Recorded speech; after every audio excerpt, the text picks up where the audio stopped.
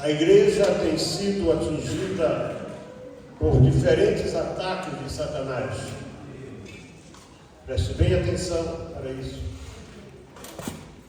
E eu fico bem à vontade para falar, porque eu nasci dentro da igreja praticamente.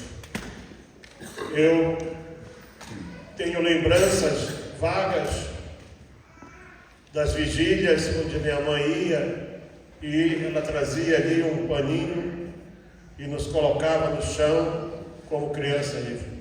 Criança criada ouvindo banda de música, hino da harpa, barulho de língua estranha.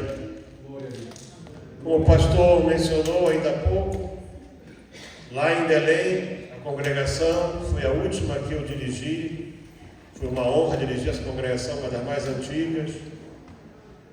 Os cultos eram domingo à tarde naquele tempo. De manhã era a escola dominical no tempo central, e à tarde escola dominical e culto em todas as igrejas, e à noite era no tempo central apenas. E era ano de 61, 50 anos da Assembleia de Deus no Brasil. 50 anos, nós já vamos com 111, 112. E então, para mim, era criança, era um culto normal.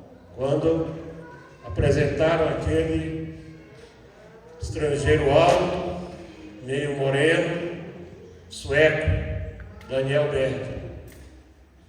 Eu nunca vou esquecer a mensagem que ele falou. Ele não era homem de pregações grandes, ele era muito mais um evangelista pessoal. E ele disse assim, com aquele português arrastado: meus irmãos, Jesus Cristo é o mesmo ontem, hoje e eternamente. Ele salva, ele cura, ele batiza com o Espírito Santo e vem buscar a sua igreja. Eu tinha 11 anos. Isso foi em junho de 1961. Quando ele saiu dali, ele desceu, eu saí do meu lugar e fui lá. Era uma mão grande, a minha mão era pequena, e eu pude apertar a mão desse homem. Como ele, conheci outros pioneiros da igreja. Não conheci Gunnar Wing, porque já não estava entre nós naquela altura. Não conheci também Samuel Nistrom, que estava na Suécia. Mas Neves Nelson e todos os outros pioneiros que passaram por ali, eu pude conhecer. Portanto, conheço bem a nossa igreja. E já fazem 30 e tantos anos que eu ando em boa parte do mundo. E eu tenho observado o que tem acontecido com a igreja.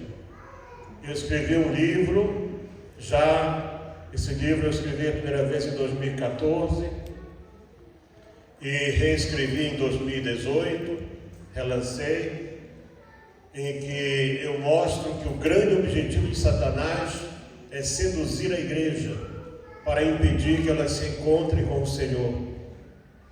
Então, nos últimos 60 anos, a igreja no mundo inteiro tem sido atingida por diversos ataques de Satanás, que usando homens influenciados por doutrinas de demônios e espíritos enganadores, tal como Paulo escreveu a Timóteo no capítulo 4, verso 1.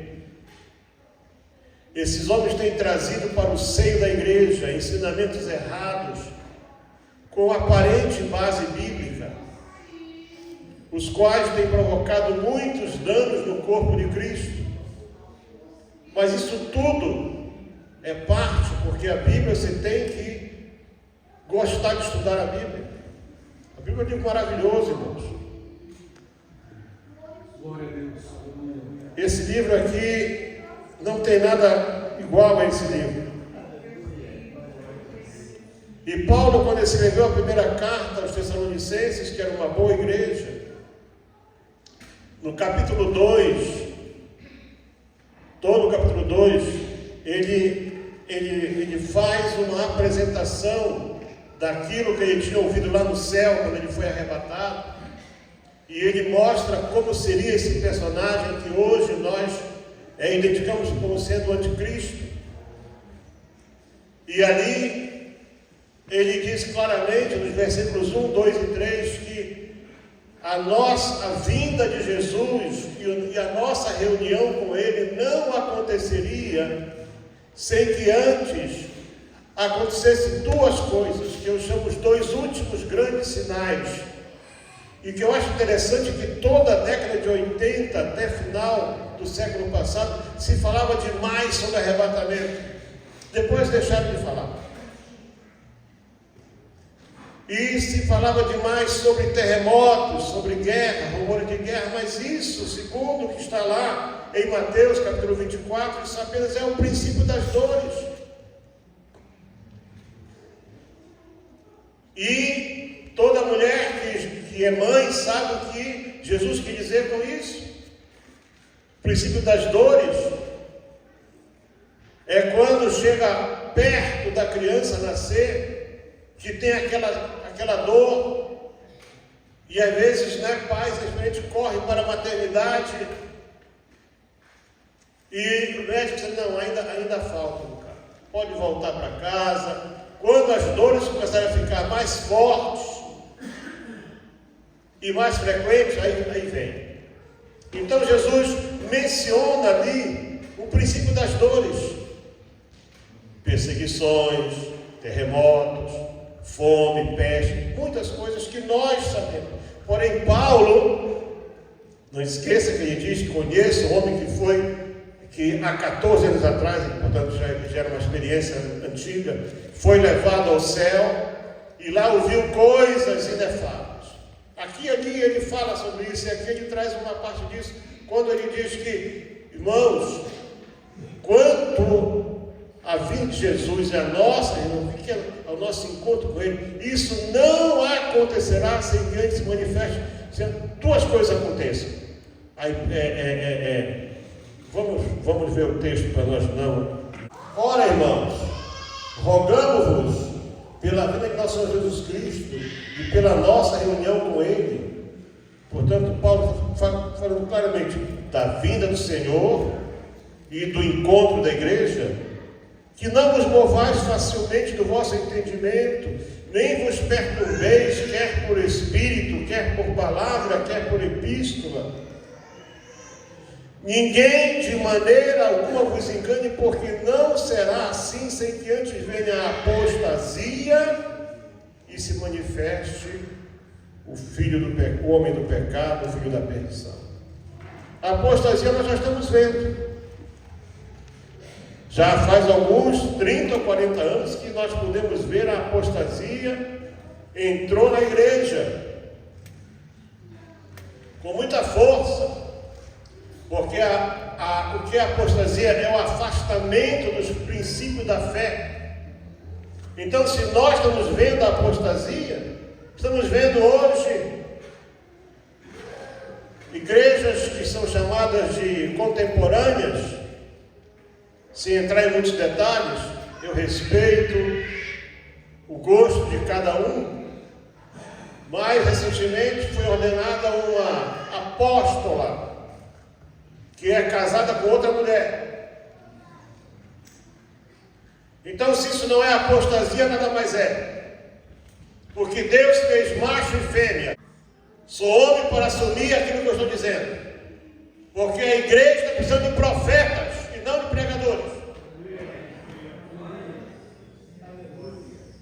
Nós estamos com medo de falar a verdade. Quando a Bíblia diz: e conhecereis a verdade, e a verdade vos libertará. E a Bíblia diz que homem e mulher, macho e fêmea os criou. Não foi Eva e a dama. Nós estamos aceitando. Eu vi um vídeo um dia desse numa igreja tradicionalíssima, duas mulheres, dois homens se casando. Isso, na minha simples opinião, é apostasia. Estamos vendo o afastamento de princípios básicos da fé. Já já está diante do Senhor. Só falta o último sinal,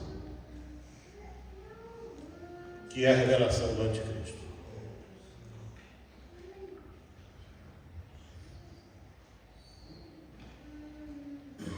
É muito interessante observar, voltando ao nosso texto de hoje, que no contexto que vai do versículo 48 até o 50, de Lucas capítulo 9, os discípulos, eles não estavam preocupados com o fundamento da igreja, com a pregação do evangelho, com o espalhar do reino. Eles estavam tão assim, quem sabe assim, admirados, ou envolvidos, ou sei lá, com a presença de Jesus, que eles achavam que aquilo era uma caixinha e que eles estavam lá dentro e pronto. Aí sabe o que eles estavam tratando? Isso suscitou entre eles uma discussão sobre qual seria o maior. Jesus, vendo o pensamento do coração deles, porque ele conhece os pensamentos, ele é onisciente. Jesus viu o que estava por trás daquela discussão tola, pôs uma criança e disse: olha, quem receber essa criança em meu nome, me recebe a mim. Porque naquele dia, entre vós, quem for o menor, esse mesmo é que é grande. Aquele dia, olha, já vou citar, daquele dia. Eles estavam pensando aqui, bom, quem vai ser o chefe? O Pedro é meio assim, né? O João, mas o João é muito, porque o João era bem mais novo que o Pedro. João e André são dois meninos. Quem será que vai ser o líder? Ele disse: olha, vocês estão preocupados em quem vai ser grande aqui na terra? Porque os homens, desde daí, pastor Enéas, desde antes da igreja existir, já estavam preocupados com quem seria grande, quem vai ser o chefe. Ele disse: olha, vocês têm que estar preocupados em receber aqueles que eu vou mandar para cá. Receber. E aí, veja só, continuando, como eles estavam distantes, aí o João se sai com essa: mestre, vimos um que em teu nome expulsava demônios, e nós proibimos, porque ele não anda conosco. Já estava o sentimento de denominação lá naquela altura já.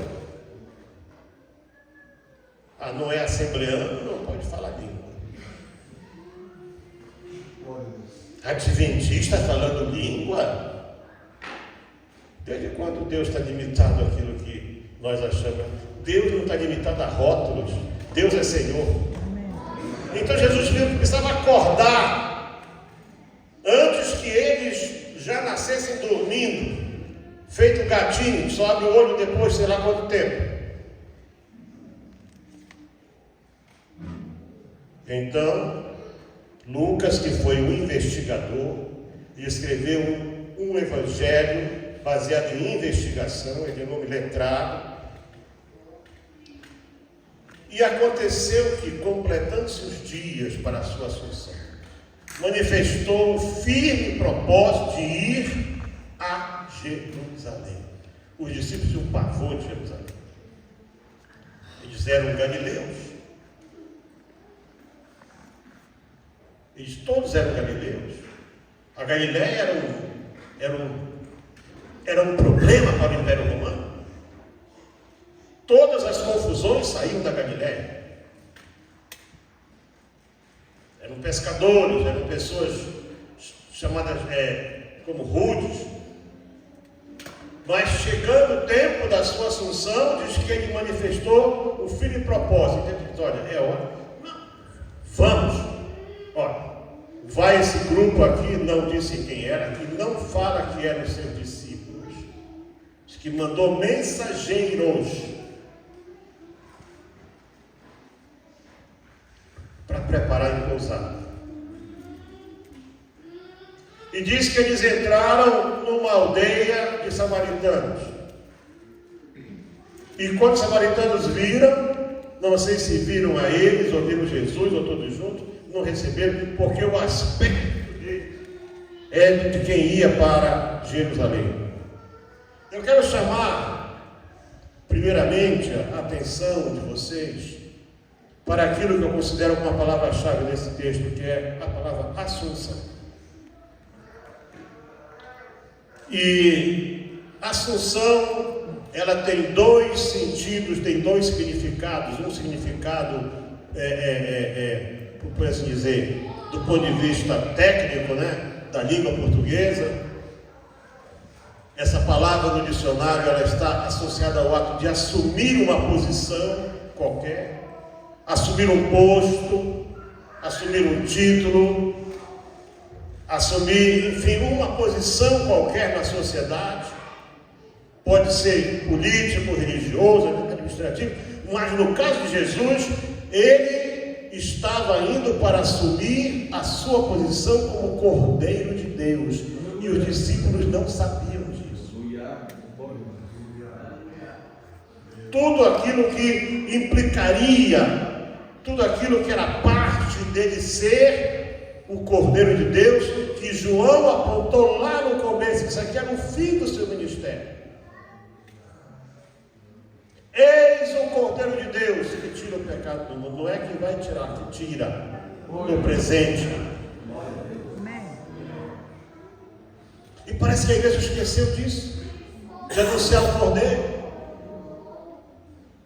Você acha que Jesus deixou o céu, deixou a glória, deixou a presença do Pai para vir a esse mundo, para você ter casa própria? Para você ter título de engenheiro, médico, advogado, passar em vestibular, comprar carro, comprar propriedades, para você ser curado? Você acha que, irmãos, para cura tem muita medicina, tem muita coisa. Ele veio a esse mundo porque o mundo já é do maligno e só ele podia libertar o homem dos seus pecados. Só ele pode. Essa é a missão dele. Mas a inversão que está tendo hoje é que ele veio só para abençoar, para curar, para você ficar com a boca cheia de riso, para você ter uma casa grande. E eu vejo aí na televisão os testemunhos.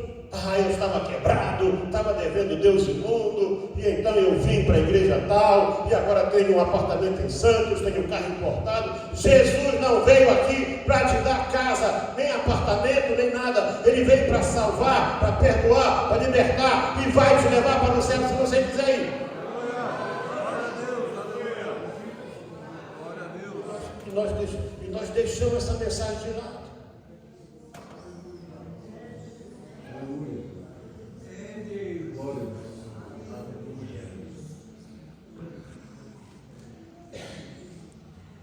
Estando perto a hora da sua assunção. Mas ao outro, ao segundo termo, ao segundo entendimento do ponto de vista religioso, que a assunção está ligada a subir. Tanto que a Igreja Católica tem um feriado que é a Assunção da Senhora dele, não da nossa. Ela não é a minha senhora também ali, você está minha ali, aquela que é minha senhora. E ela vai subir, se Deus quiser, comigo. Amém. Nós vamos subir juntos. Amém. Então, a Assunção, e eu fui ver. E o comentarista daqui, naquelas letrinhas aqui de baixo, né, que dá os versículos correlatos, ele vai lá para Marcos 16, 19, que fala quando Jesus sobe para o céu. Agora, ninguém sobe só porque quer subir.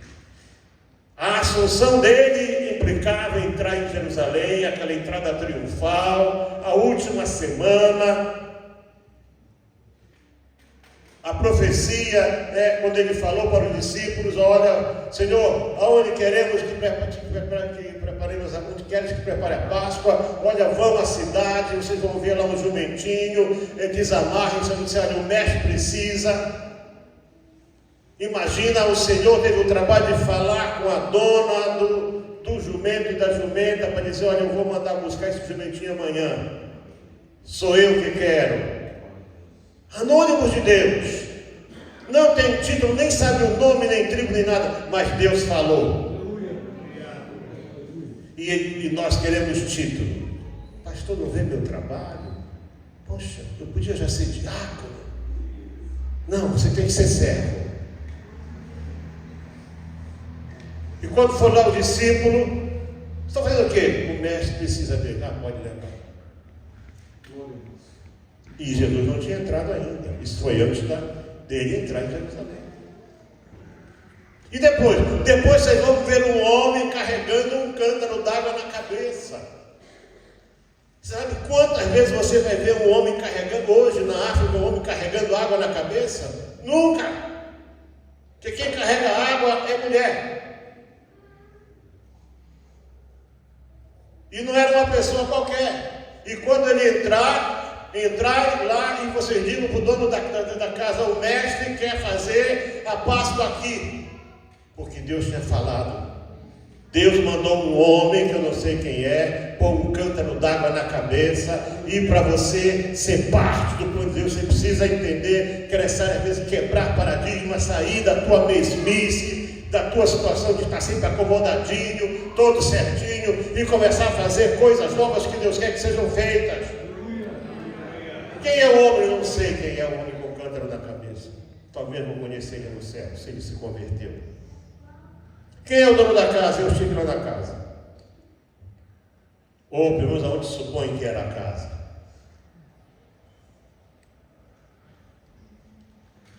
Mas vieram fazer o que aqui?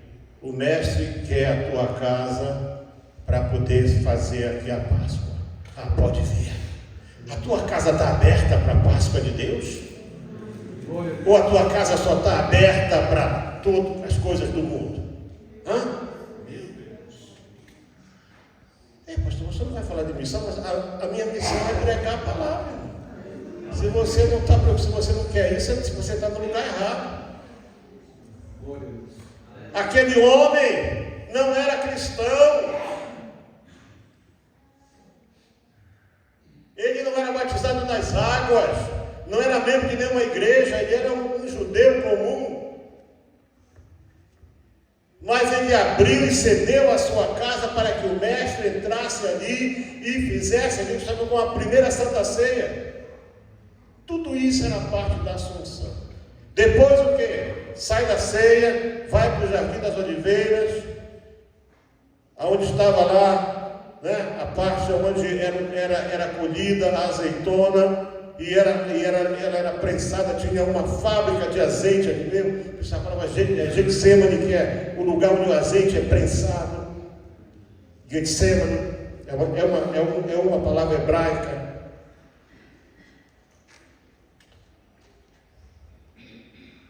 E ali, tudo isso era parte da Assunção. Tudo isso. Ele leva os 3 dos seus mais queridos amigos, mais chegados, Pedro, Tiago e João. Vamos ali porque minha alma está angustiada. Ele não disse o que era. Eu estou angustiado. Estou muito angustiado.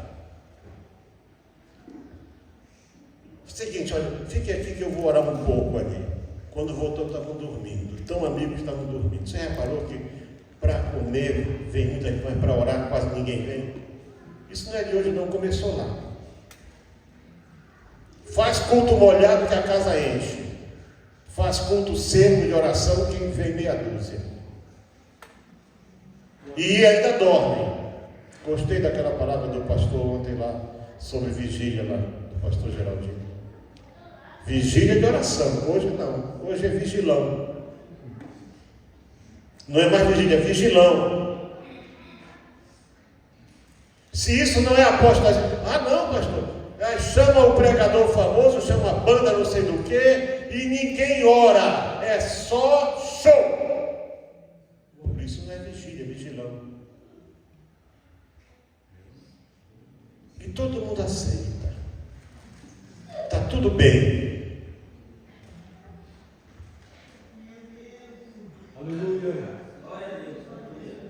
Tudo isso está dentro da... E aconteceu que, completando-se os dias para a sua assunção, mesmo sabendo que seria preso, julgado, torturado, batido, crucificado injustamente, ele tinha o firme desejo. Ele sabia que precisava ir, não para, mas aqui é bem claro, para ou você vai ficar no lugar. Ele sabia que essa Jerusalém da terra era passageira, e a Jerusalém. Ninguém vai para a Jerusalém celestial sem não passar pela Jerusalém terrestre, onde as regras são de Deus. Ele sabia que o seu tempo aqui na terra estava chegando ao fim, e manifestou o desejo de ir a Jerusalém, mesmo sabendo tudo o que acontecia lá.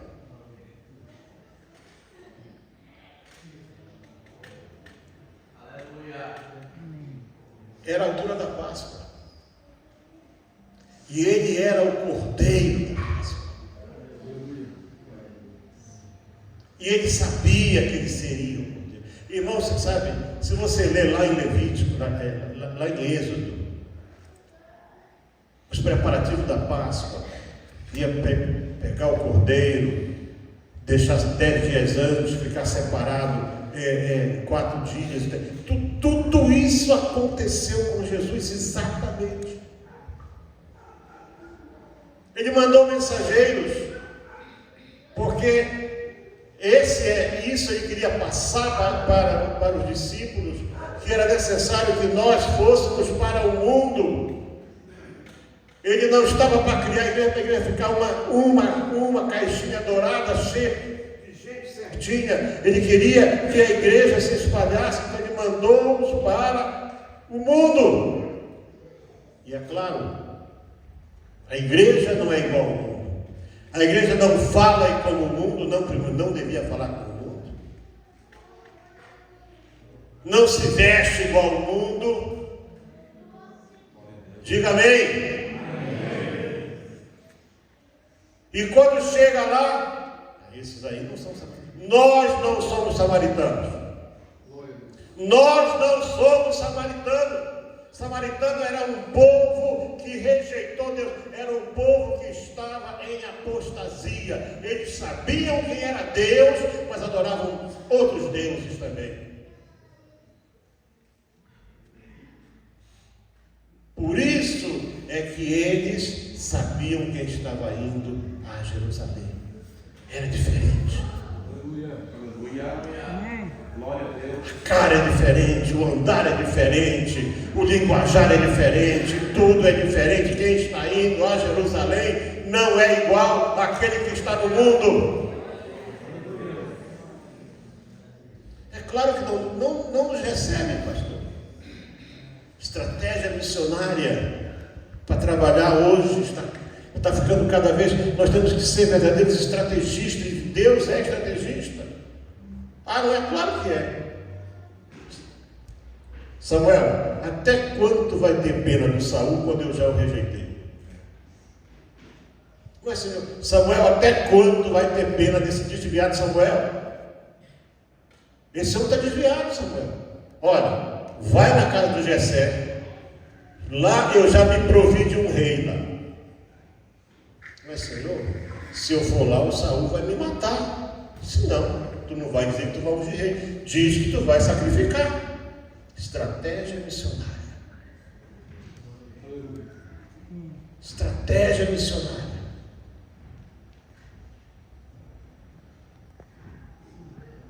E Samuel era uma figura respeitada. A Bíblia diz que quando ele chegou em Belém, eles chegando vieram os anciãos tremendo, pastor, tremendo. Samuel, o que aconteceu? Não, minha visita é de paz, eu só vim sacrificar. Aleluia. E vou na casa do Jessé, só isso. Glória a Deus. Graças a Deus, pronto, ficaram todos felizes.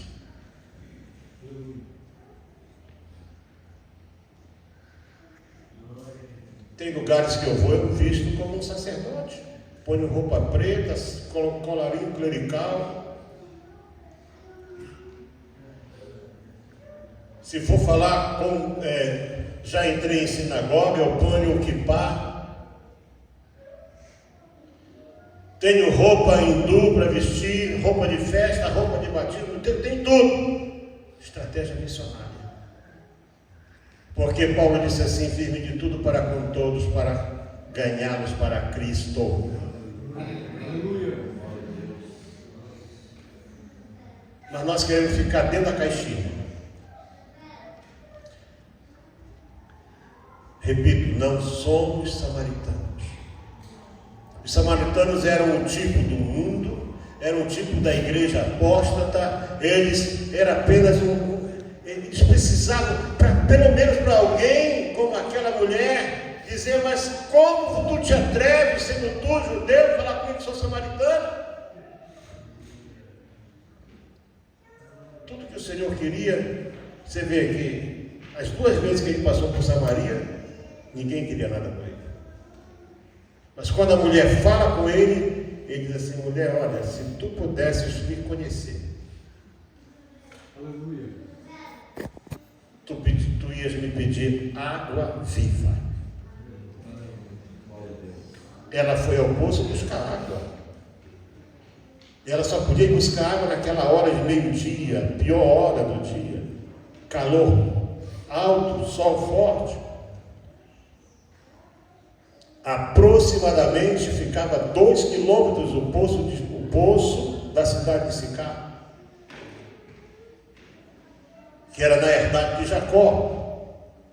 E ela tinha que ir naquela hora porque ela não podia ir cedo, que ela não tinha comunicação com as mulheres. Jesus disse: espera, se tu puder. Mas Senhor, onde está essa água? Agora ela queria água. Você precisa buscar estratégia para ganhar este mundo pecador e mau. Nós precisamos ter estratégia própria. Aprendam com ele. Nenhuma escola bíblica vai te ensinar isso. Onde está essa água, Senhor? E aqui você começa a ver o milagre, porque a Bíblia diz que ninguém chama Jesus de Senhor se não for pelo Espírito Santo. O Espírito Santo já estava trabalhando ali. E esse Senhor aqui não é um título apenas de honra, é Senhor. Ele chamou para Jesus de Adonai. Eu quero essa água, Senhor. Ok? Todos querem, né? Morre o maior feiticeiro aí, drogado, roqueiro, fumador de maconha. Foi transferido para o andar de cima. Ninguém quer ir para o andar de baixo. Sabe, vê que o mundo tem consciência de onde está o inferno? Todos só querem ir para o andar de cima, mas não querem passar pelo preço da Assunção. Não querem pagar o preço de ter o direito de subir. Por isso Deus tem que mexer com essas vidas. Tu quer água? Quero. Então vai buscar o teu marido. E as pessoas são especialistas em contar história triste. Cada um tem uma história triste. Nunca a pessoa vai te contar o que é que ela fez. Mas para Deus você não pode contar a história. Você tem que falar a verdade para Deus. Por isso que lá no templo estava o fariseu: Senhor, eu sou o cara. Senhor, eu dou dízimo, Senhor. Eu não sou adúltero. Eu não sou isso. Agora estou aqui. Está esse desgraçado, esse publicano miserável aí do meu lado aí. E o publicano: Senhor, me perdoa. Nem podia estar aqui, Senhor. Não.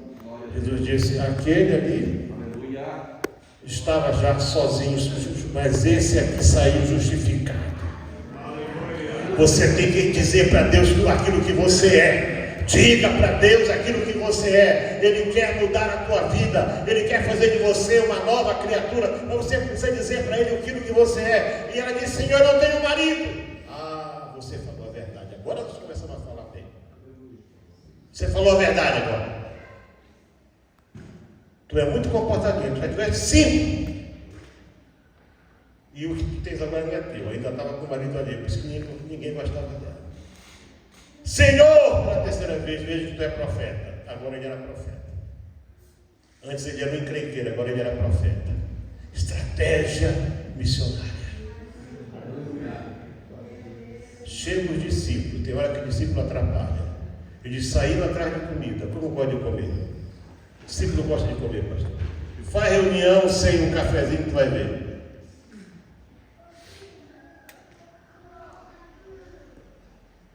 E ainda bem que eles saíram.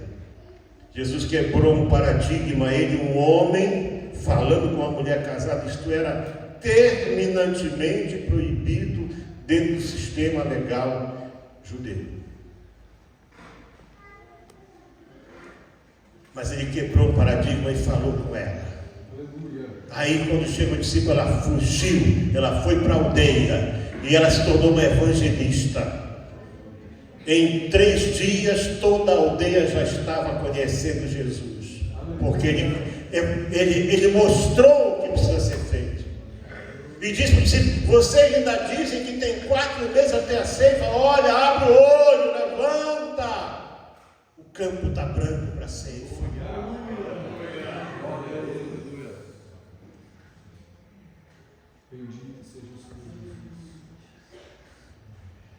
Os mensageiros e o mestre não foram recebidos porque o seu aspecto não era de samaritano.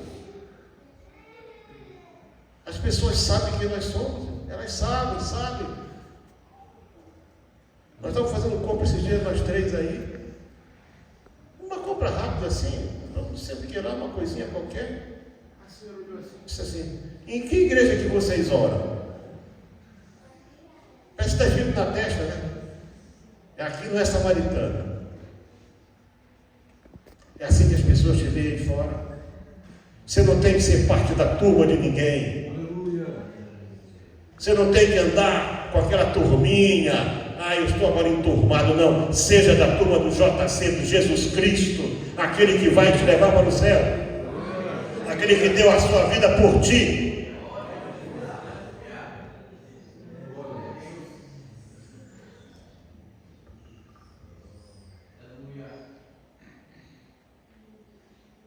Sabe o que é que nos impede de fazer aquilo que o nosso mestre, o Senhor, quer que façamos? Muitos, pastor, diz que ele mandou mensageiros.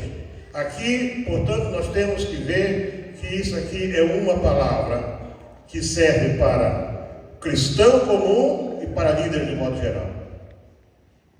Muitos não querem, tem medo, tem visão fraca. Falam de missão: Senhor, eu quero ser apaixonado por missão. Você me desculpe, irmão, mas pensa numa oraçãozinha falsa essa aí. Ninguém pede para Deus para ser apaixonado por missão. Ou está no teu coração ou não está. Você até pode não saber, como eu não sabia. Eu era a pessoa mais avessa a isso. Por conhecer a estrutura missionária da minha igreja, Belém do Pará, eu era ultra, hiper avesso. Não à missão, mas ao fato de ser enviado e ver, e acontecer comigo o que eu vi acontecer com todos praticamente. Ser mandado, se faltava alguma coisa aqui, olha, os missionários hoje não recebem. Era assim. Abandonado, largado. E quando voltava, coitadinho, voltava ali, não enviava lá para a convenção: não temos mais compromisso contigo. Estou falando daquilo que eu vi e vivi. Porque como Jó, eu posso dizer aqui, os meus piores medos me aconteceram.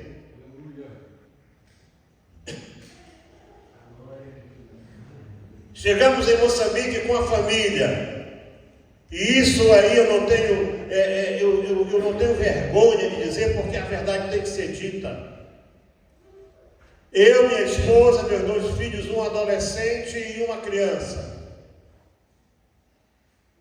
Que Nádia só tinha 11 anos, 10 anos quando nós chegamos lá. E mais 3 missionárias que me empurraram goela abaixo, eu tive que aceitar. 3 pessoas que eu não conhecia. vivendo conosco na mesma casa. Eu sustentando a ele sem um centavo da igreja, pastor Enéas. Chegamos lá no dia 20 de fevereiro, 22 de fevereiro de 90, chegamos ali.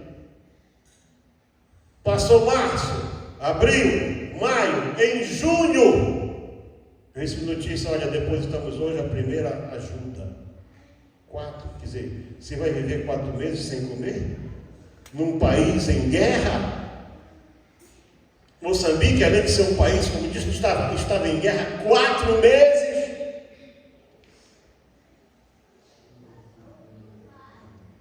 Só que o que os doutores da lei não sabiam, porque estar atrás de uma mesa ditando ordens é uma coisa, mas fazer missão é outra, é que lá o governo havia baixado um decreto como qualquer governo faz. E para você conseguir acreditar um cheque era 90 dias. 90 dias. Chegava eu lá com um cheque de 100, 200, 300 ou 500 dólares. E o de caixa dizia: seu padre, como nós gostamos muito do senhor, vou fazer um esforço, só volto daqui a 2 meses e meio mais ou menos, é capaz de estar aqui. Voltava lá.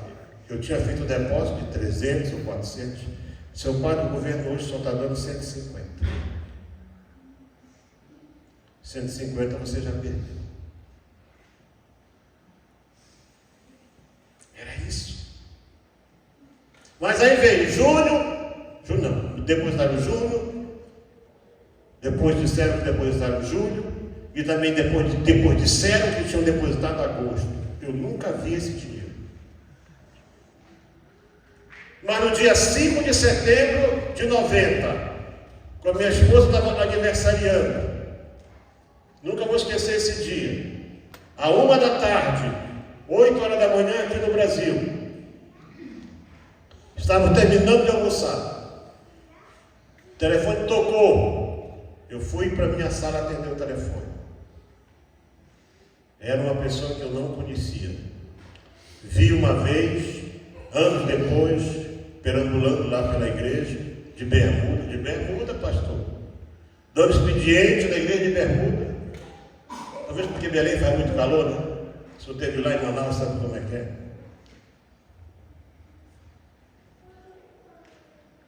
Pastor Eliel, aqui é o fulano e tal, não vou falar o dele por uma questão de ética, que ele não teve comigo, para dizer ao Senhor que sabemos que o Senhor é muito rico, e que se o senhor quiser dinheiro, vá trabalhar. Daqui não vai mais nada. PT, saudações. Mas quando você sabe para onde está indo, não é isso que vai tirar de você o foco. Eu tinha 7 passagens, pastor, da Varig, era aquele maço. Belém, Rio, Joanesburgo, Maputo, Beira. Era um pacotaço. Me ajoelhei sobre aquelas 7 passagens e disse: Senhor, o que é que eu faço? Eles lá almoçando. Minha esposa, meus filhos, as 3 missionárias almoçando. O que é que eu faço? Fica, eu vou te sustentar.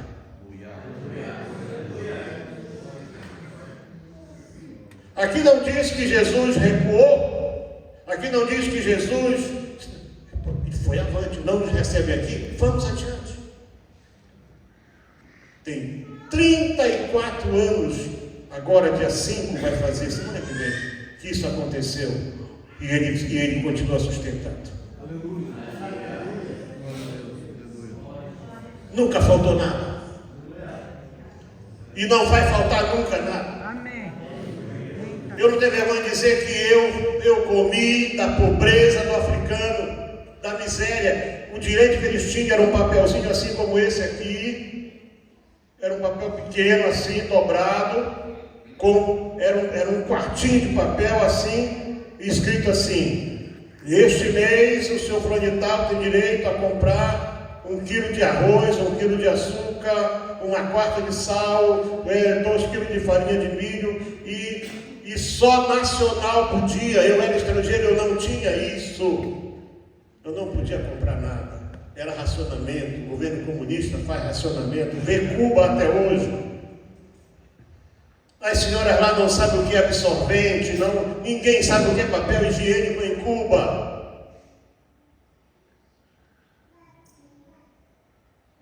Vocês sabiam disso?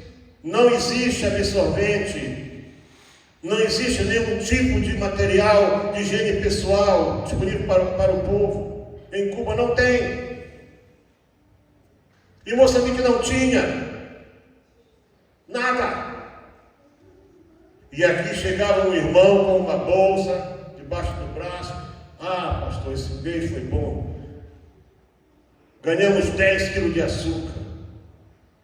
Pois é que era uma santa mentira, né? 10 famílias ficaram sem açúcar para eu ter açúcar. E vinha feijão, e vinha arroz, e vinha peixe. Tudo. Deus criou um exército à minha volta de pessoas que eu não conhecia. O dono do posto telefonava: Pastor Gomes, eu tenho aqui 20 de dízimo, o senhor vem aqui buscar. Eu não conhecia o posto. Dono de açougue, muçulmano, ligar para mim: Pastor Gomes, olha, amanhã a tal hora vai ter carne, vem aqui comprar. Você sabe que entrar na fila do pão para comprar um pão, esperar amassar a farinha, tudo, 2, 3, 4 horas de tempo para comprar um pão, à noite, com chuva, com frio, com o que fosse. Muitas vezes. Muitas vezes. Muitas vezes. Mas quando você sabe para onde está indo, não é isso que vai parar. Nós temos que deixar de ser acomodados e encarar a obra de Deus como algo sério. Evangelismo é necessário, missão é necessário, patrocinar missão é necessário, enviar missionário é necessário, cuidar.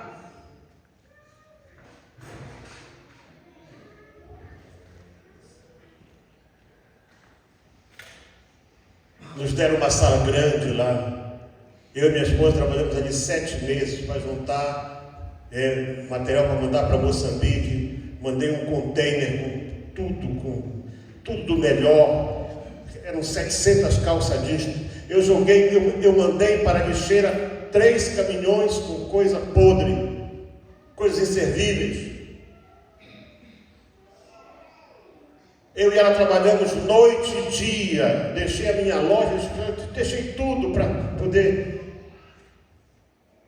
E sabe o que diziam? Chegavam aqueles doutores, né? Lá no balcão, esse menino empolgado, 6 meses vai estar de volta. Falava assim mesmo. Mas veio uma velhinha, 60 e poucos anos, negra, enfermeira aposentada, chegou lá, olhou para nós e disse assim: ah, meus filhos, eu queria ter 10 anos a menos, eu ia com vocês.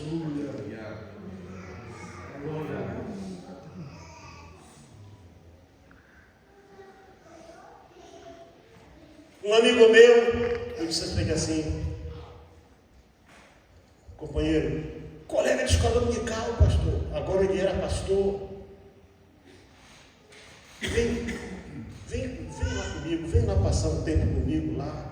Você é um professor, eu vou abrir uma escola bíblica. Você pensa que eu sou louco? Você quer que eu vá morrer para lá? Eu disse: não, você vai ficar talvez 1 mês, 2. Você está doido. Tá bem. Então eu estou doido mesmo. E ele ficou, tinha um campo, aí deram para ele um campo grande. Comprou uma casa grande, mobiliou a casa toda, fechou, foi lá fazer não sei o que. Quando voltou, nem a porta da casa não estava. Vieram os ladrões, levaram tudo. Um dia ele disse para mim assim: quem dera eu tivesse ido contigo lá. Sabe, você tem medo de passar pelo meio de samaritano? É esse o teu medo? Passar pelo meio? Nós fomos chamados para isso. Nós não fomos chamados por Deus, porque tem o contexto e tem o pós-texto, em que os dois irmãos, ficaram zangados, dizendo: Senhor, tu quer que a gente mande cair fogo do céu para liquidar com essa raça de víbora que está aqui? Tiago e João. Queres que digamos que desça fogo do céu como Elias fez? Não, nós não fomos chamados para enfrentar o mundo com as armas do mundo. As armas da nossa milícia não são carnais, mas sim poderosas em Deus para a destruição de fortalezas, trazendo todo pensamento cativo à pessoa do Senhor Jesus Cristo. É para isso que fomos chamados. Não é para incendiar o mundo, não é para destruir ninguém, não. O Senhor disse: abençoai e não amaldiçoai. Orai pelos que vos perseguem. Abençoai aqueles que vos maldizem. É o que Ele disse para nós fazermos. Ou Ele manda ou Ele não manda.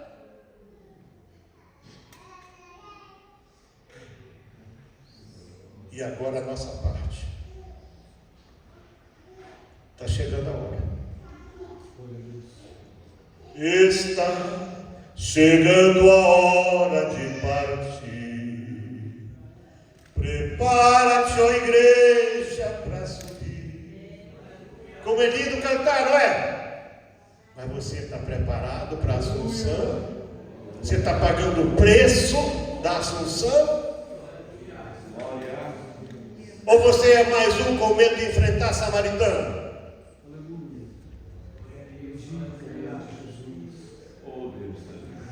Só Deus sabe os riscos que eu corro. Eu não sei.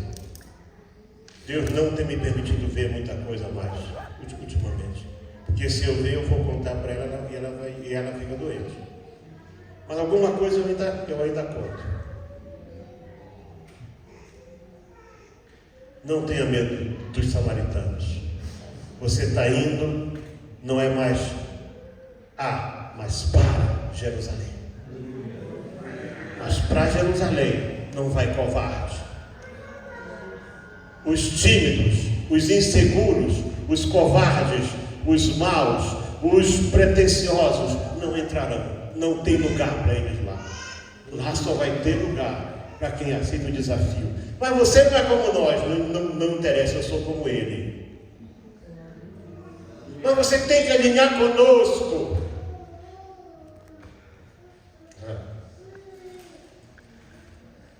Pastor da cidade onde nós fomos, ele era um semideus naquele lugar. E pensa numa pessoa que todos tinham medo.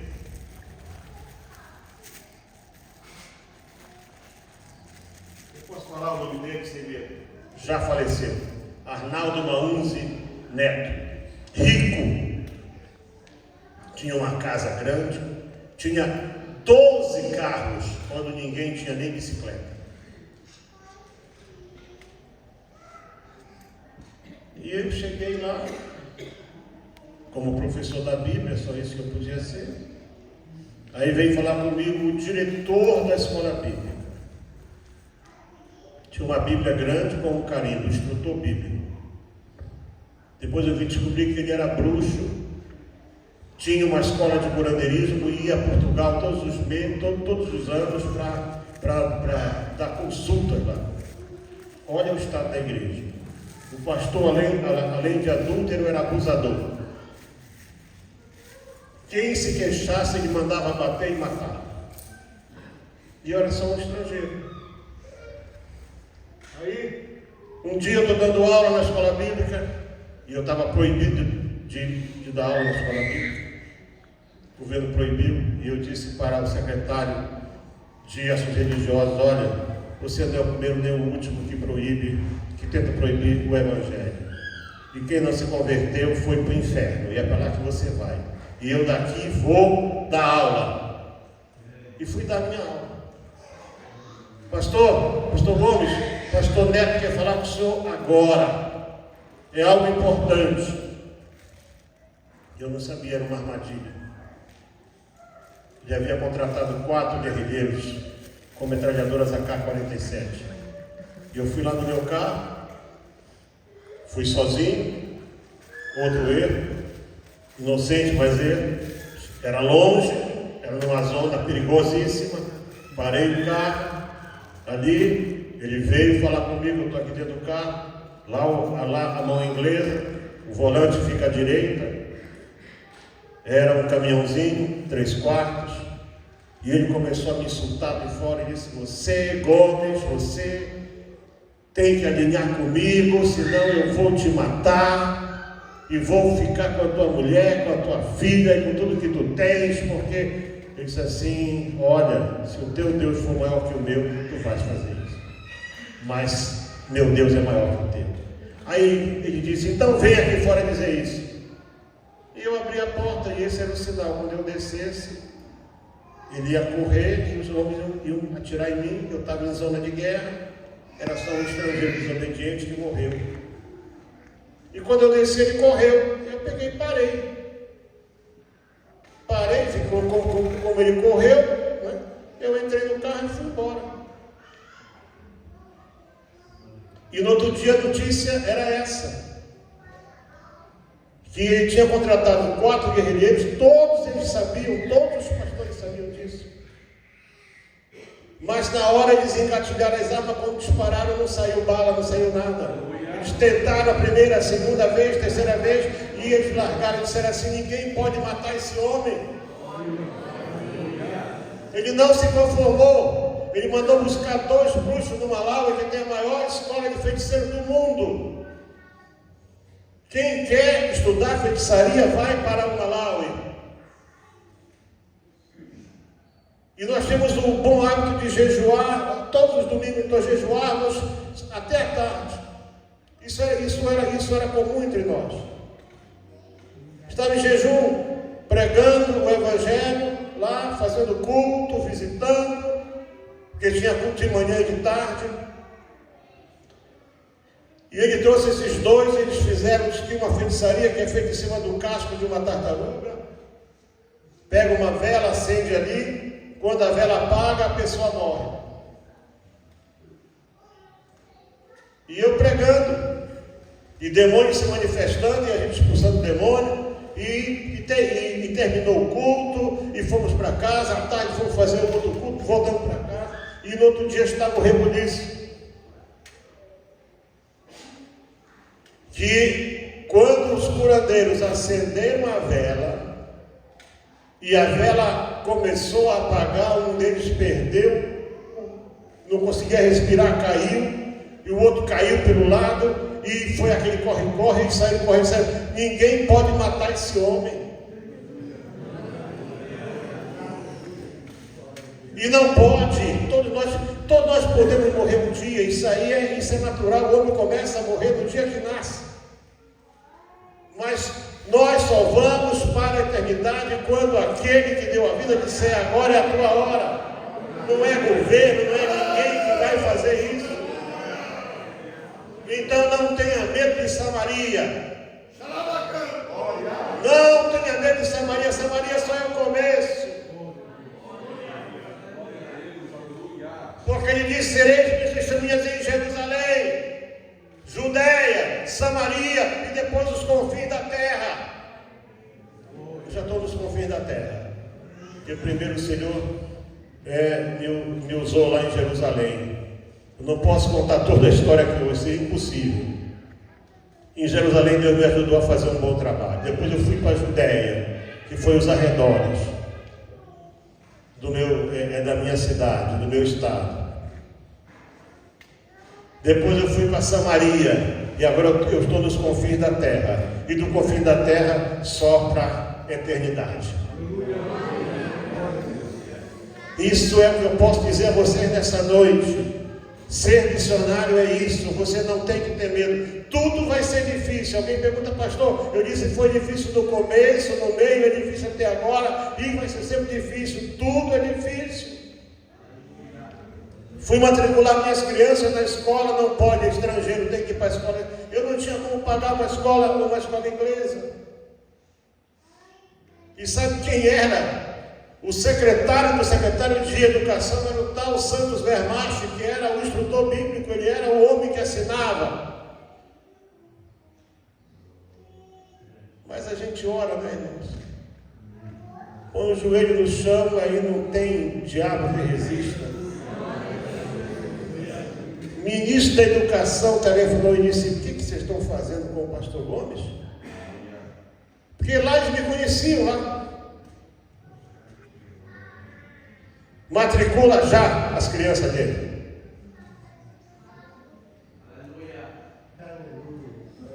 As armas da nossa milícia não são carnais. Chegou o secretário do governador na minha casa, era meu amigo pessoal. Era um baixinho, só tinha 3 esposas só. Gente fina, amigo pessoal. Eu chegava a qualquer hora lá no palácio, entrava e falava, porque era meu amigo. Disse assim: pastor Gomes, o governador teve que fazer uma viagem, aproveitaram que não estava aqui, fizeram um processo com o senhor. Está decretada a sua prisão e a sua expulsão no dia tal. No dia que o senhor vai graduar a escola bíblica, lá no domingo à tarde, o senhor vai ser preso e vai ser deportado. Faltava 3 semanas. E eu disse: olha, Daniel jejuou e orou 3 semanas. O jejum parcial, vamos fazer o mesmo aqui em casa.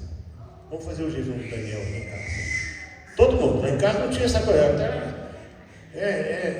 A nossa vida, a nossa casa não é democracia, é teocracia. Deus manda e você obedece. Começamos um jejum parcial. Irmão, não foi preciso ficar 3 semanas, não. Na metade da primeira semana, chegou lá o meu amigo, à noite, ele só ia em casa à noite. Pastor Gomes, aconteceu um milagre. O que foi? Não, o que aconteceu é o seguinte: o senhor conhece fulano de tal? Eu conheço, é meu amigo. Foi a pessoa que me recebeu, foi quem me deu o visto, eu dei um relógio de presente. Pois é, então ele foi visitar o ministro da Justiça, e o ministro pegou o teu processo, mostrou para ele, disse assim: tu conhece esse homem? Conheço. Ministro, esse homem é nosso amigo, é amigo do governo. Esse homem ora por nós, é pessoa benquista. Por que ele sabe que a expulsão dele já está decretada, eu não posso fazer nada? É teu amigo? É sim. Disse: olha, então diga para ele que enquanto eu for ministro, ninguém toca nele. Pegou o processo e enfiou na gaveta. Praga alguma chegará à tua tenda.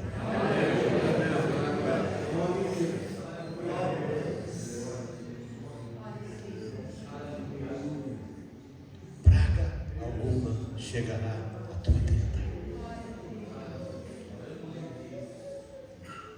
Então eu posso dizer, diante dessas coisas, se Deus é por nós, quem será por nós? Jesus sabia o que a gente tinha que passar. Os discípulos não sabiam. Eles viram a entrada triunfal e viram as pessoas jogando, né? Quando nós chegamos agora lá no Malau, irmãos, eu fiquei tão constrangido. Fecharam a estrada, fecharam a rodovia nacional, pastor. O trânsito todo parou para nós podermos. A igreja fechou e iam com coisa, com festa e tudo. Eu tive que sair do carro para meu filho poder dirigir o carro, porque o povo parou, cerrou o carro. Fomos fazer uma visita a uma igreja que nós íamos aí talvez há uns 10 anos, lá na fronteira entre Moçambique e Zimbábue. Quando nós paramos, as irmãs tiraram as capulanas, puseram no chão, e a gente queria: não, tem que pisar, nós queremos que vocês andem aqui em cima, até lá dentro da igreja. Os discípulos gostavam disso, Jesus sendo recebido porque isso é costume da África, né? pôr a roupa, o pano, a capulana, a capa no chão para a pessoa pisar, isso é honra. O Evangelho vai te dar honra, mas vai ter um momento difícil, um momento de dor. Você vai ver a tua filha morrer, como eu vi minha filha morrer. E Deus dizer para mim, não é para a morte, é para a glória. Glória a Deus. Eu já saí do meu corpo 2 vezes. Já vi meu corpo ali embaixo, ali, e eu aqui em cima, e sempre jogado de um lado para o outro, e ouvindo espadas e asa que eu acho que era de anjo lutando, e eu sendo jogado de um lado para o outro ali, e aquela voz, chega, a luta acabou. E eu voltava para o meu corpo. Eu estava no hospital com malária cerebral, apertei lá, com dor de cabeça, apertei lá para chamar a enfermeira. A enfermeira veio, chegou na porta, olhou assim e saiu correndo. Chamou outra, saiu correndo. Aí chamaram a médica, porque eu fui dado como morto às 3 da manhã. Eu fui dado como morto às 3 da manhã e isso era 6 horas. E eu voltei à vida às 6 da manhã.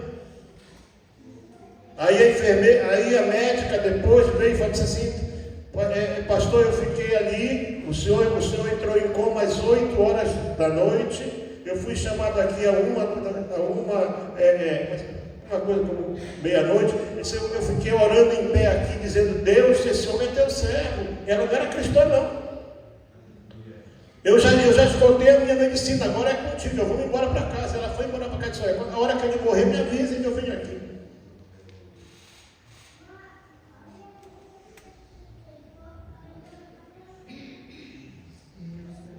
E você está com medo de samaritano? Continua com a roupa de quem está indo a Jerusalém. Não muda o teu traje, não abre mão da tua condição de salvo, de liberto, de quem está caminhando para a glória. É isso que o Senhor quer de cada um de nós.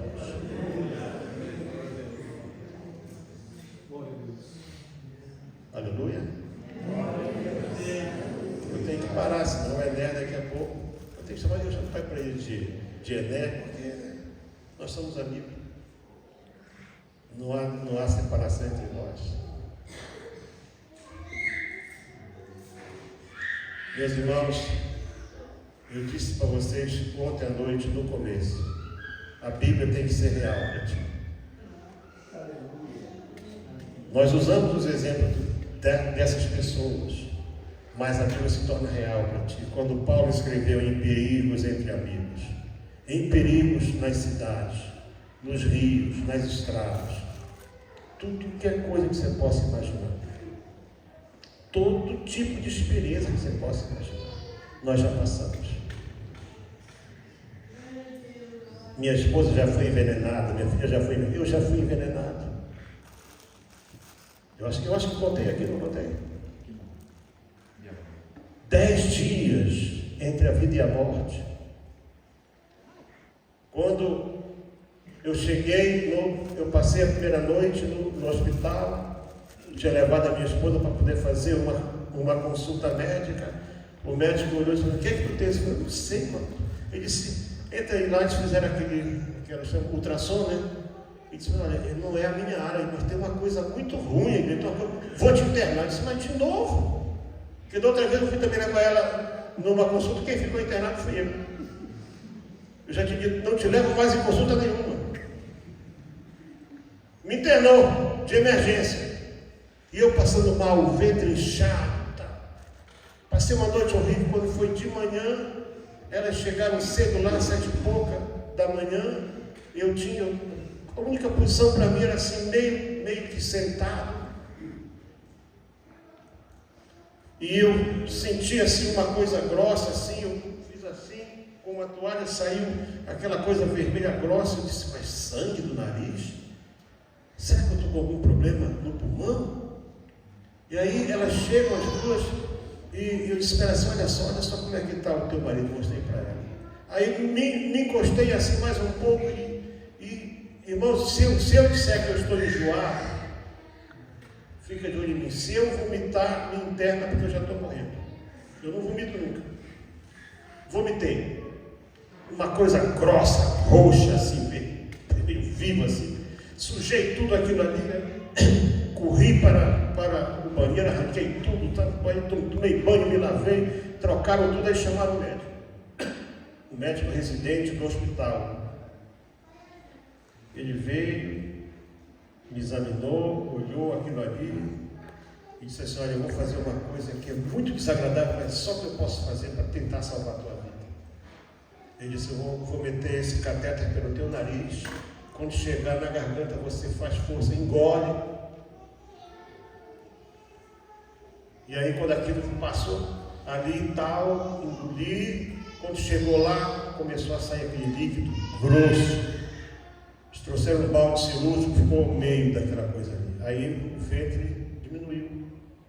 Eu lembro que ele olhou para minha filha e fez assim para ela e disse: teu pai foi envenenado, eu não posso fazer nada. Começou um soluço forte. Só para encurtar a história, foram 10 dias nisso aí. Não podia comer nada, não podia beber nada. Só o alimento é só por suco. 2 dedos d'água, o ventre inchado. Soluço insuportável, eu mal conseguia respirar, eu não conseguia falar, era difícil. Aí quando foi na terça-feira, aliás, foi na quarta-feira de manhã, isso já era o 10º. Ele disse: olha, vai lá para tua casa, se você passar mal, falou com meu filho, se teu pai piorar, traz ele de volta. Não tem jeito, teu pai não está dizendo nada. E eu fui para casa. Nesse tempo nós tínhamos culto à noite, quarta-feira. E eles saíram do culto, era 10 para as 6 da tarde. Quando eu comecei a morrer, eu senti a vida saindo. Eu passei por isso 2 vezes, então eu sei bem o que é isso. A vida saindo, aí eu disse, ela tinha ficado em casa e disse: olha, chama meus filhos, eu preciso falar com eles, que eu estou indo embora. Ela então chamou, eles correram para casa e saíram de casa 10 para as 9 da noite. 10 para as 9 da noite. O hospital era muito longe, era quase 1 hora de carro. Quando nós entramos na autoestrada, eu perdi a consciência a primeira vez. Aí a Nádia Júnior na frente, e eu caí sobre ela, sobre o colo dela, recuperei a consciência e tal, um pouquinho, tornei de novo a cair. Quando eu estou caindo ali, eu recuperei a consciência e aquela voz falou comigo: canta! Como é que vai cantar se você não fala, você mal respira? Como é que você pode cantar? Mas você aprende, quando você anda com Deus, você aprende, você já sabe quando é a voz de Deus. E eu abri a minha boca. Rosa do meu lado, Nádia e Júnior na frente, o Júnior conduzindo. Eu abri a minha boca e lá nós cantamos o hino, esse hino, mas muitas vezes nós começamos pelo refrão. E eu lembro que eu comecei assim, ó: levarei, eu também minha cruz, até por uma coroa troca. E cantei todo o hino. Depois eles me disseram que eles se olharam e disseram: papai está morrendo. Mas cantaram também. Aí vem todo o hino, a mensagem da cruz. Todo ele. Cantamos outros hinos. Chegamos no hospital. Vem a enfermeira. Eu não me dei conta que eu não tinha mais nada, que eu não tinha soluço. A enfermeira vem com a cadeira de roda. Eu esqueci que eu não tinha força, que eu não comia há 10 dias, que eu só andava carregado. E eu saí do carro e ela perguntou: onde está o doente? E eu lembrei que era ele. Sou eu. Então me sentou, entrou lá. E o médico pegou lá a minha pasta, ligou para o physician. E quando eu escutei, ele disse assim: olha, está aqui Mr. Silva. Mr. Silva, assim, Olha, então interna ele, entuba ele, porque o caso dele é terminal. De manhã eu vou aí. E eu não tinha mais nada. Mas me entubaram mesmo assim. Enfiaram oxigênio, enfiaram tudo. E eu, primeira noite que eu dormi. Quando foi de manhã, acordo, sem soluço, sem nada. Meu filho estava lá. Porque, claro, a família nessa hora fica sem saber o que é, né? E estava lá e tal. Aí o médico chega, quando ele chega na porta da enfermaria, vê aquele soluzinho, mas muito assim, fraquinho.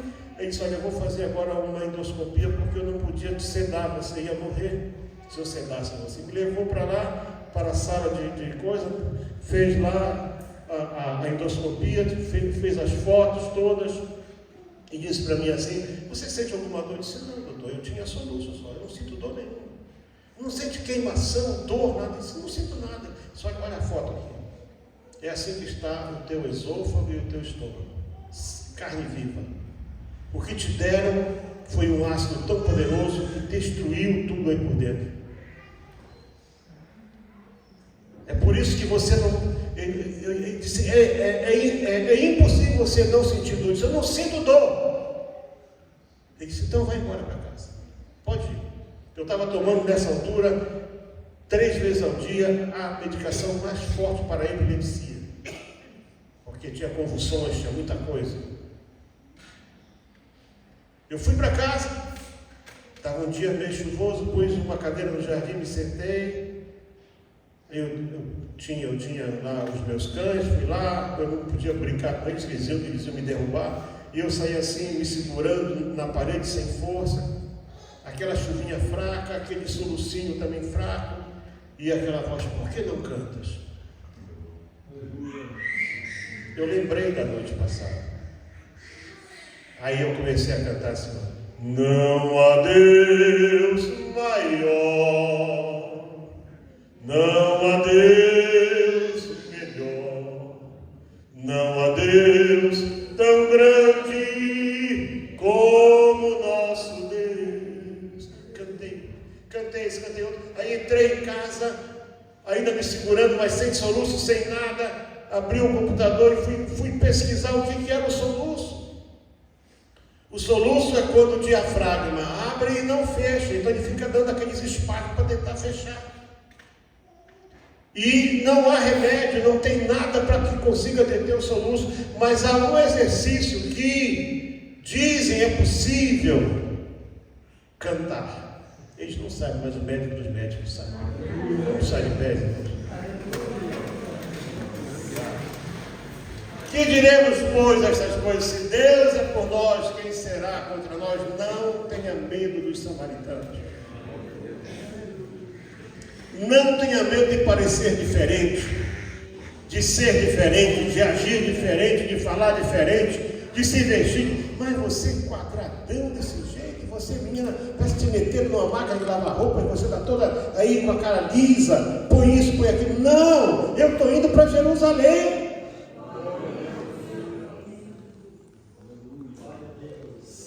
Eu estou indo para Jerusalém. Você sabe quem você é.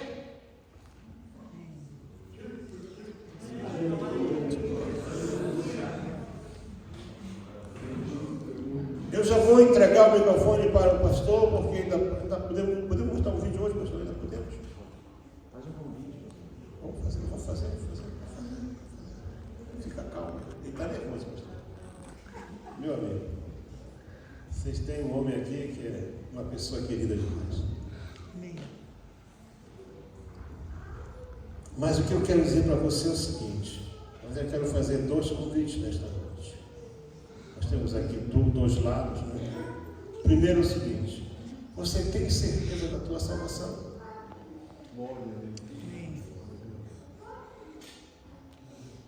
Se você não tem certeza da tua... eu estou na igreja há 300 anos. Não importa. Vir ao culto, até ser dizimista. Irmãos, eu era tudo isso até o dia que Jesus me mostrou que eu não era salvo. Eu preciso ter certeza da salvação. Eu preciso saber que você não tem medo de ser aquilo que Ele quer que você seja. Que você ama o Senhor Jesus por aquilo que Ele é. Tem gente, irmãos, que quer ser crente só por medo do inferno. Não, você tem que ser crente por você amar a Deus. Porque Ele é tudo. E sem Ele nada do que existe existiria. Então, se você ainda não confessou Jesus, ou se você não tem certeza da tua salvação, eu quero convidar você para você sair do teu lugar e vir aqui à frente, ficar daqui desse lado. Aqui é o meu lado direito, mas é o esquerdo. Pode sair agora. Se você tem dúvidas, e isso é uma coisa natural. Ah, mas o pastor, eu tenho certeza que o pastor quer ser pastor de uma igreja que vai subir para o céu. É o que Ele quer. Então, se você ainda não confessou Jesus como Senhor e Salvador da tua vida, ou você, por alguma razão, você não tem certeza da tua salvação, você vem, você vai sair do teu lugar e você vai ficar aqui desse lado aqui agora. E faça isso agora. Não tenha medo de samaritano, não.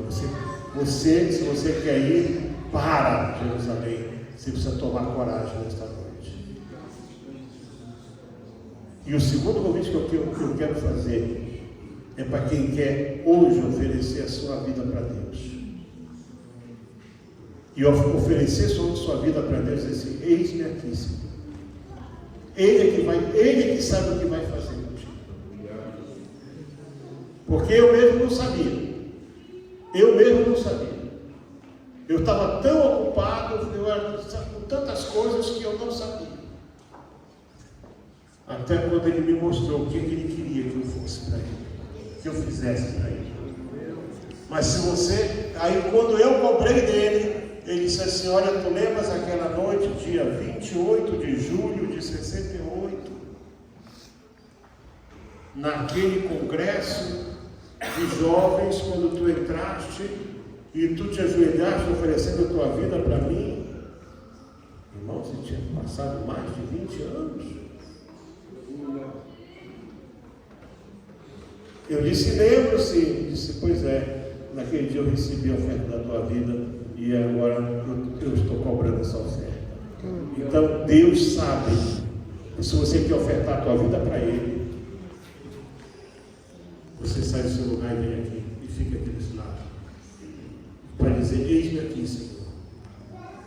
Porque eu não acredito que Deus planejou toda essa estrutura dessa conferência missionária para nós não termos ninguém que queira ofertar a sua vida para dizer: eis-me aqui, Senhor. Eis-me aqui, Senhor. É claro que você não vai viver a minha experiência, você vai ter a tua experiência. O primeiro convite ainda está de pé. Aleluia. O primeiro convite ainda está de pé. Isso.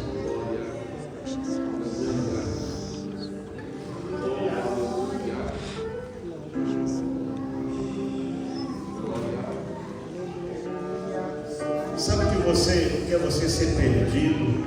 Pode chegar mais. De repente você descobrir que não está mais perdido.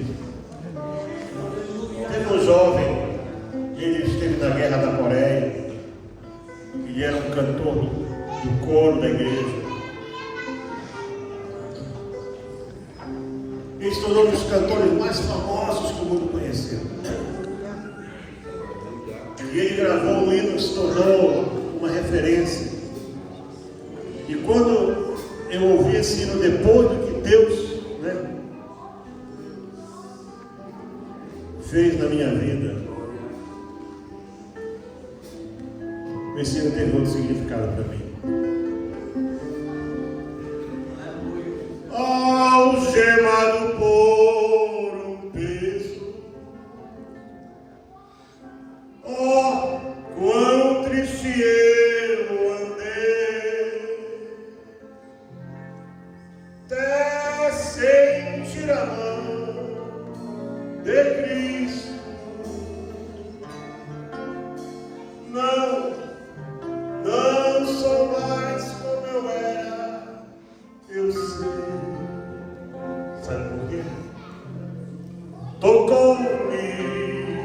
Jesus tocou-me.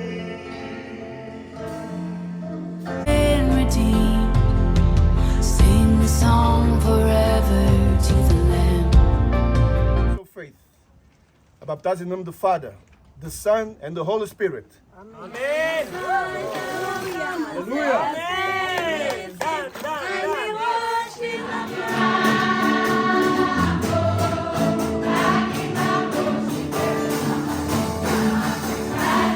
Poder no céu e na terra. Ele dá todo o poder no céu e na terra. Igreja, o nosso Deus nos chama. É hora de acordarmos e fazer a obra de Deus. Jesus está voltando. Meus irmãos, tudo que vocês estão vendo nessas cenas é fruto do vosso esforço, da vossa dedicação, do vosso compromisso com esta obra, tanto no Malawi como em Moçambique, onde hoje nós estamos sustentando aproximadamente de 47 a 52 obreiros e obreiras.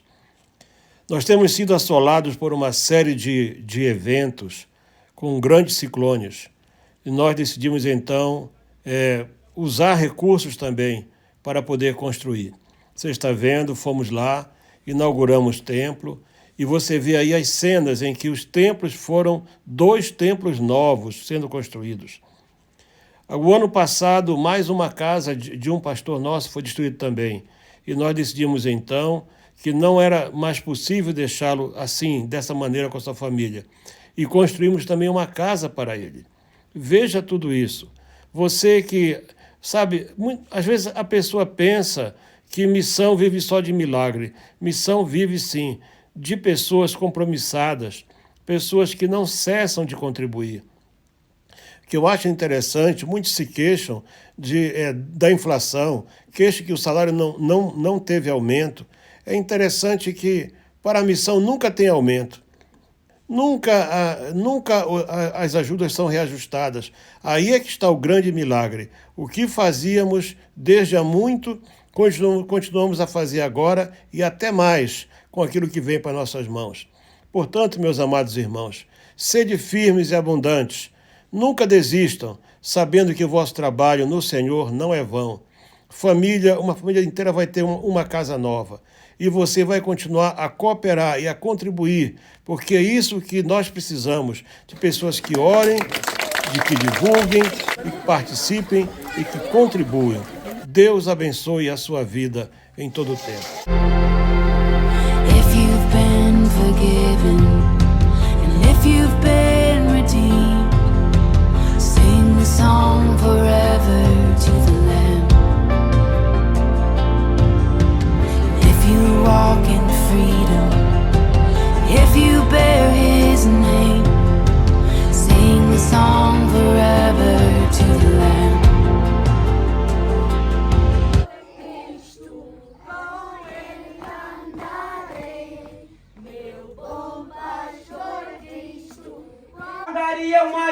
Deus estava ali.